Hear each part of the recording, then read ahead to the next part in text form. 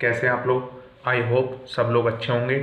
तो मैंने पहले लेक्चर में 5.1 और 5.1 का क्वेश्चन सब करा दिए हैं, तो आप देख लेना। और जो पार्ट्स मैंने छोड़ दिए हैं उन्हें खुद ट्राई करना। और उसके बाद भी अगर तुम्हें डाउट आता है तो इंस्टाग्राम की मैं लिंक डिस्क्रिप्शन में दे ही दूंगा, वहाँ पे आप पूछ सकते हो, मैं आपको सोल्यूशन दे दूंगा। चलिए अब बढ़ते अपनी एक्सरसाइज 5.2 की तरफ। तो क्वेश्चन नंबर फर्स्ट क्या है 5.2 का, ये देखिए बुक में। Fill in the blanks in the following table. जो नीचे हमें टेबल दे रखी है, given that a is the first term, जो ए है वो उसका फर्स्ट टर्म है, और डी द कॉमन डिफरेंस, और डी कॉमन डिफरेंस है, and a n the nth term of the A P. nth term जो है ए पी की, मतलब कि लास्ट टर्म जो है ए पी की, वो क्या है? ए एन है। चलिए इसे अब सॉल्व करते हैं। पर बच्चों मैं इस टेबल को बनाऊंगा नहीं, और इसमें जो जो गिवन है बस उसको लिख दूंगा, और इसके 2 ऑप्शंस करूंगा, बाकी 3 आप खुद ट्राई करना, और जो समझ नहीं आएगा उसे पूछ लेना। पहले गिवन लिख लेते हैं बच्चों क्या क्या है। तो क्वेश्चन नंबर फर्स्ट का फर्स्ट पार्ट में कर रहा हूँ, जिसमें ए यानी कि देखिए मैं ऐसे लिखता हूँ यहाँ, first term a is equals to 7, common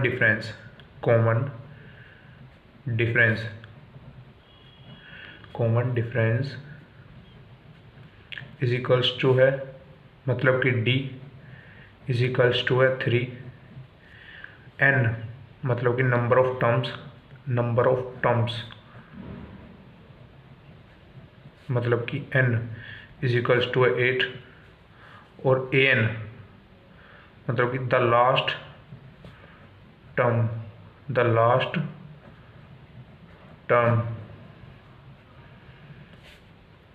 मतलब कि ए एन और एल हमसे पूछी है। चलिए आपको इतनी बात समझ आ गई। तो मैंने हर वर्ड का मतलब हर सिंबल का मतलब 20 में लिख दिया है कि एन क्या है, नंबर ऑफ टर्म्स, डी क्या है कॉमन डिफरेंस, ए क्या फर्स्ट टर्म, और ए एन और एल क्या है द लास्ट टर्म। ठीक है, तो अब आपको प्रॉब्लम नहीं आएगी जब आप बाद में पढ़ोगे। चलिए मैं इसे सॉल्व कर देता हूँ। हमारे पास बच्चों मैंने कॉन्सेप्ट में बता दिया है कि हमारे पास कौन सा फॉर्मूला इस टाइप के क्वेश्चन सॉल्व करने के लिए। A N equals to A plus n minus 1 into D. A N क्या है नहीं पता सर, निकालना है। ए क्या है 7 है सर, प्लस n क्या है 8 है सर, माइनस 1, डी क्या है बच्चों 3। तो A N is equals to 7 plus ये 7 ये भी और 3। ठीक है भाई। अब A N equals to 7 plus 21, A N is equals to क्या आ गया 28। आई होप आप लोगों को ये क्वेश्चन इतना समझ आ गया होगा। चलिए इसका दूसरा पार्ट कर लेते हैं अब। चलिए मैं इसे एक बार और एक्सप्लेन कर देता हूँ। फर्स्ट टर्म 7 है जो क्वेश्चन में गिवन है हमें, कॉमन डिफरेंस डी 3 जो क्वेश्चन में गिवन है हमें, number of terms n 8 question में गिवन है हमें, the last term of A P, और लास्ट टर्म क्या है हमें पता नहीं है जो पूछिए। ए एन वाला फॉर्मूला हमने यूज़ करा है nth टर्म का, जो कि मैंने पहले आपको बता दिया था। चलिए अब इसके सेकंड पार्ट की तरफ बढ़ते हैं। तो सेकंड पार्ट यहीं पे कर लेते हैं थोड़ा सा, ठीक है, वो भी कुछ इसी तरीके से होगा। तो भाई सेकंड पार्ट में क्या है,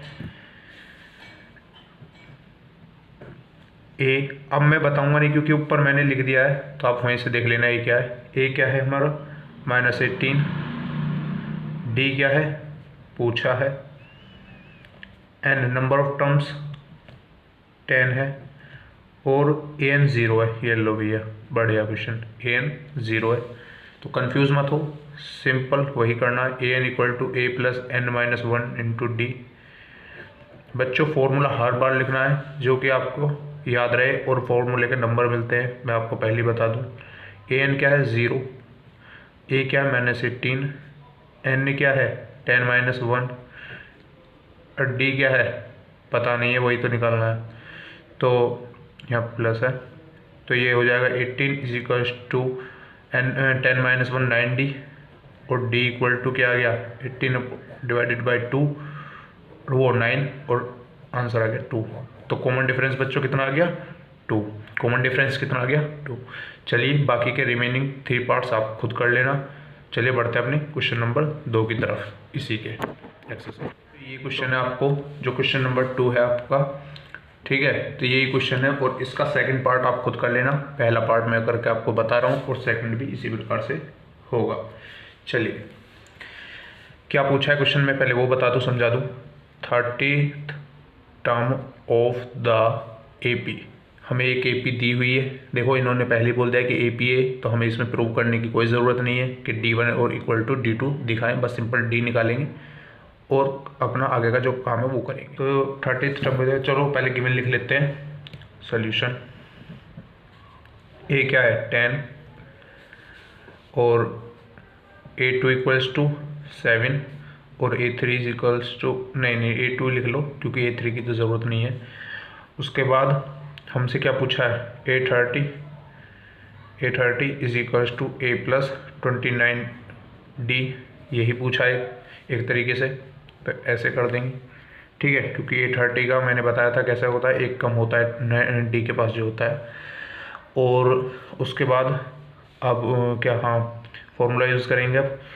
तो A तो इतना है 10, तो बच्चों इसमें सिंपल जो वैल्यूज़ हैं वो पुट कर दीजिए, D की वैल्यू निकाल लेते हैं। A2 माइनस A1, अब A2 कितना है 7 माइनस 10, तो D इज इक्वल्स टू कितना बच्चों -3। तो A30 इज इक्वल्स टू कितना, A की वैल्यू पुट करेंगे इसके अंदर, कितनी है 10 प्लस 29 और -3, तो 10 प्लस में 3 9 जो 27, कैरी का 2, 3 2 जो 6, और 287, ये माइनस का है, तो 10 माइनस 87 कितना आ गया 77, कितना आ गया बच्चों 77 माइनस का, ठीक है, माइनस का 77, A30 इज इक्वल्स टू। चलिए जी अब इसका दूसरा पार्ट आप खुद कर लेना। बढ़ते अपने तीसरे क्वेश्चन नंबर को, कुछ इस प्रकार से लिखा है, लिख देता हूँ मैं आपको। 2 और फिर यहाँ पे बॉक्स और फिर 26, ठीक है। मिसिंग नंबर को हम x मान लेते हैं। मिसिंग नंबर को क्या कर लेते हैं, let the missing term, missing second term, क्योंकि सेकंड टर्म है ना वो, ठीक है, missing second term A2 is equals to, मैंने x मान लिया है। तो क्या करेंगे बच्चों, हमें पता है अगर D1 is equals to D2 है तभी वो AP होगी, वो तभी इस बात को फॉलो करती है, अगर AP है तो इस बात को फॉलो करेगी, ठीक है। चलिए अब सॉल्व कर देता हूँ मैं। D1 यहाँ लिख लेते हैं, A1 इज इक्वल्स टू 2 है, और A2 is equals to x है, और A3 इज इक्वल्स टू 26 है, ठीक है बच्चों। तो D1 इज इक्वल्स टू क्या आ गया A2 माइनस A1, तो D1 इज इक्वल्स टू क्या आ गया x माइनस 2, ठीक है बच्चों। वैसे ही D2 निकालेंगे, A3 minus A2, D2 is equals to क्या आ गया 26 माइनस x। अब देखिए इस बात को फॉलो कर रही है, तो इसका मतलब x minus 2 is equals to है 26 माइनस एक्स के, और x इधर आ जाएगा तो x प्लस एक्स, और 26 plus 2, 2x is equals to 28, और x is equals to 28/2 is equals to 14। x is equals to बच्चों कितना आ गया 14, मतलब कि सेकेंड टर्म ऑफ AP क्या है, the missing term, missing second term A2 of AP is equals to क्या है बच्चों 14। तो इस प्रकार क्वेश्चन नंबर 3 का पार्ट 2 जो दिया हुआ है वो कुछ इस प्रकार से है। तो इसमें भी लिख लेते हैं, चलिए लेट कर लेते हैं। A1 को मैं x मान लेता हूँ और A2 मुझे दे रखा है वो है 13, और A3 को मैं y मान लेता हूँ और A4 मुझे दे रखा है 3। ठीक है भाई। तो अगर ये AP है तो वही पिछली वाली बात कि D1 इक्वल टू D2 तो होगा ही। देखिए जो कंसेप्ट पढ़ा है सिर्फ आपको उसी पे रहना है, कंसेप्ट से बाहर नहीं जाना है। तो इसमें क्या हो गया, D1 निकाल लेंगे, A2 माइनस का A1, तो D1 is equals to A2 क्या है 13 माइनस एक्स, D1 आ गया। अब क्या करेंगे देखिए, हम निकालेंगे A2 मतलब D2 is equals to A2 minus A1, मतलब कि D2 इज इक्वल्स टू कितना आ गया बच्चों 13 माइनस एक्स, 13 माइनस एक्स, नहीं D2 क्या आ गया, D2 तो ये होगा 3 माइनस A2 होगा ना यहाँ पे। तो A3 क्या है, A3 तो भाई y है, क्या है बच्चों D2, A3 क्या है y माइनस 13। ठीक है, और D1 is equals to D2 उन्होंने बोल ही रखा है क्वेश्चन में, तो कर देते हैं भाई क्या जाता है हमारा। तो 13 minus x is equals to y minus का 13, तो y माइनस और माइनस का y is equals to minus 13 minus का 13 x माइनस वाई माइनस का इज इक्वल्स टू कितना आ गया बच्चों माइनस का 26, और माइनस इधर से कॉमन लिया x plus y is equals to minus 26, और ये कट गया x plus y equals to कितना आ गया बच्चों 26। इसे इक्वेशन नंबर फर्स्ट बोल देंगे। क्या बोल देंगे, इक्वेशन नंबर फर्स्ट। अब वही चीज़ आगे फॉलो होगी कि भैया D3 इक्वल टू D4 होगा। ठीक है, क्या बच्चों D3 इक्वल टू D4 होगा, क्योंकि ये तो AP है एक, क्या है ये AP। तो D3 क्या होता है, D3 इक्वल टू क्या हो जाएगा A4 माइनस का A3। अब A4 क्या है भैया 3 माइनस वाई, ये D3 है। अच्छा एक बात बताना, क्या सर D3 इक्वल नहीं होगा D2 के? एग्जैक्टली होगा भाई, एग्जैक्टली होगा, क्यों नहीं होगा। चलिए तो कर लेते हैं, हमें D3 तो मिल ही गया, इधर लिख लेते हैं, इधर कर लेते हैं। चलिए तो मैं यहाँ पे थोड़ा सा लिखता हूँ। तो D3 इक्वल टू D2 है, क्योंकि वो भाई वो AP है, कॉमन डिफरेंस सब सेम आने हैं। तो D3 क्या है y माइनस 3 माइनस का y, 3 माइनस का y, और D2 क्या है y माइनस का 13। ठीक है, तो इधर आ जाएगा माइनस का y is equals to minus 13 minus का 3 माइनस का 2y is equals to minus का 16, और y इक्वल्स टू कितना आ गया बच्चों 8, y इक्वल्स टू क्या आ गया बच्चों 8। तो इस y की वैल्यू को कर देंगे पुट, यहाँ लिख कर लेता हूँ थोड़ा सा, put the value of y in equation number first में रख देंगे। अब y माइनस का 8 इज इक्वल्स टू 26, नहीं y प्लस का 8 is equals to 26, equation number first तो ये ही ना, ये थी ना। तो x इज इक्वल्स टू कितना आ गया बच्चों 16, हाँ 18 आ गया, 16 नहीं 18 आ गया। तो इसका मतलब फर्स्ट टर्म क्या थी हमारी 18, 13, फिर 8 और फोर्थ फिर 3, मतलब कि कॉमन डिफरेंस क्या था हमारा D क्या था 5 था, माइनस फिर -5 फिर -5। ये बात आप लोगों को समझ आ गई। चलिए मैंने इसके कर दिए और अब आगे बढ़ते हैं, थोड़ा सा बढ़ते हैं अपने क्वेश्चन नंबर 4 की तरफ। तो मैं आपके सामने पहले बुक दिखा देता हूँ। क्योंकि क्वेश्चन तो वहीं से पढ़ना पड़ेगा ना। तो बच्चों फोर्थ ये रहा, देखिए क्वेश्चन नंबर 4 को पढ़ते हैं पहले। Which term of the AP is 78। हमें देखिए क्वेश्चन में क्या बोला है कि 78 जो है वो कौन सी टर्म पर आता है, या कौन सी टर्म है AP की 78। ठीक है, तो आइए सॉल्व करते हैं। तो हमारे सामने जो सीरीज दे रखी है, पहले मैं उस सीरीज को लिख लेता हूँ। सीरीज दी है कुछ ये 3, 8, 13, 18 डैश डैश डैश इज 78। तो बच्चों कभी भी अगर इस टाइप का हमारे सामने कभी भी क्वेश्चन आता है तो हमें सिंपल इसे लास्ट टर्म मान लेना है। क्या मान लेना है? लास्ट टर्म, कि ये AP की यही लास्ट टर्म है और AP यहीं ख़त्म होती है, हम इसे ये मान लेते हैं। ठीक है, तो इसमें बच्चों फर्स्ट टर्म क्या है, पहले फर्स्ट टर्म लिखेंगे। A इज इक्वल्स टू क्या है 3, और B इज इक्वल्स टू क्या है, मतलब कि A2 इज इक्वल्स टू क्या है 8, और बच्चों A3 इज इक्वल्स टू क्या है 13। देखिए which term of the AP बोला है तो हम सीधा कॉमन डिफरेंस निकालेंगे, D निकालेंगे, उसे प्रूव नहीं करेंगे। तो D कैसे आता है बच्चों, A2 माइनस A1, और D इज इक्वल्स टू कितना गया 8 माइनस 3, और D इज इक्वल्स टू हो गया 5।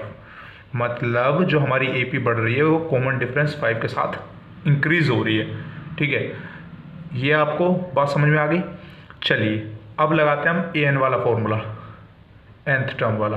AN is equals to A plus N minus 1 into D। क्या हमें इसमें नंबर ऑफ टर्म्स पता है? चलिए जो हमें N है वो ही निकालना है, देखिए, और हमें AN जो दे रखा है वो 78 है, ये भी लिख लेते हैं, और N इज इक्वल्स टू हमें निकालना है। मतलब N का क्या होता है, N के दो मतलब होते हैं। चलिए मैं लिख देता हूँ, N के दो मतलब होते हैं। पहली बात total number of terms, total number of terms कितनी होती है, कितनी है मतलब किसी के अंदर। दूसरी nth टर्म, nth टर्म, समझ गया है, समझ गए ना आप लोग। nth टर्म मतलब कौन सी टर्म पर है। तो चलिए 78 पुट कर देते हैं, वैल्यूज पुट कर देते हैं इनकी। A क्या है 3 है, प्लस N हमें निकालना है माइनस 1 इंटू D क्या है बच्चों, D है हमारे पास 5। तो 78 माइनस 3 और 5 के अंदर मल्टीप्लाई करेंगे तो 5N माइनस 5, और 78 में से जब हम माइनस 3 कर देंगे तो हमें मिलेंगे 75, और ये is equals to 5N plus minus 5, और थोड़ा इक्वेशन में घुमा देता हूँ, 5N minus 5 is equals to 75। तो बच्चों ये क्या हो गया, देखिए 5N इज इक्वल्स टू हो जाएगा 75 प्लस 5, और 5N इज इक्वल्स टू हो जाएगा बच्चों 80। क्या हो जाएगा 80। चलिए जी थोड़ा अब यहाँ कर लेते हैं। 5N इज इक्वल्स टू होता तो N इज इक्वल्स टू क्या आ जाएगा बच्चों 80/5। क्या आ गया 80/5। तो बच्चों जब हम इसे काट देंगे तो ये आ जाएगा 5 1 जा और 5 16 जा। ठीक है, तो N is equals to 16 term. Total number of terms जो हैं वो इसके अंदर 16 है, और 16th टर्म जो है AP की वो 78 है।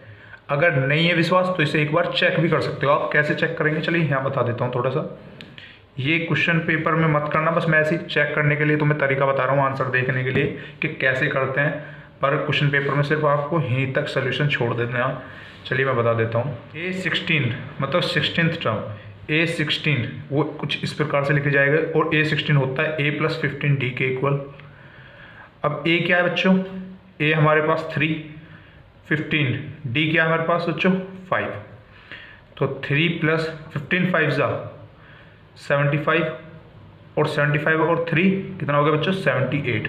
तो A16 78 लिए लीजिए, प्रूव हो गया। इसका मतलब 16th टर्म जो है AP की वो 78 है। चलिए अब बढ़ते हैं अपने क्वेश्चन नंबर 5 के पहले ऑप्शन। हाँ तो बच्चों क्वेश्चन नंबर 5 का जो फर्स्ट पार्ट है वो ये है, और मैं तुम्हें पढ़ के बता देता हूँ। और बुक मेरे ख्याल से आपने बुक ले रखी होगी जब आप मेरी वीडियो देख रहे हो।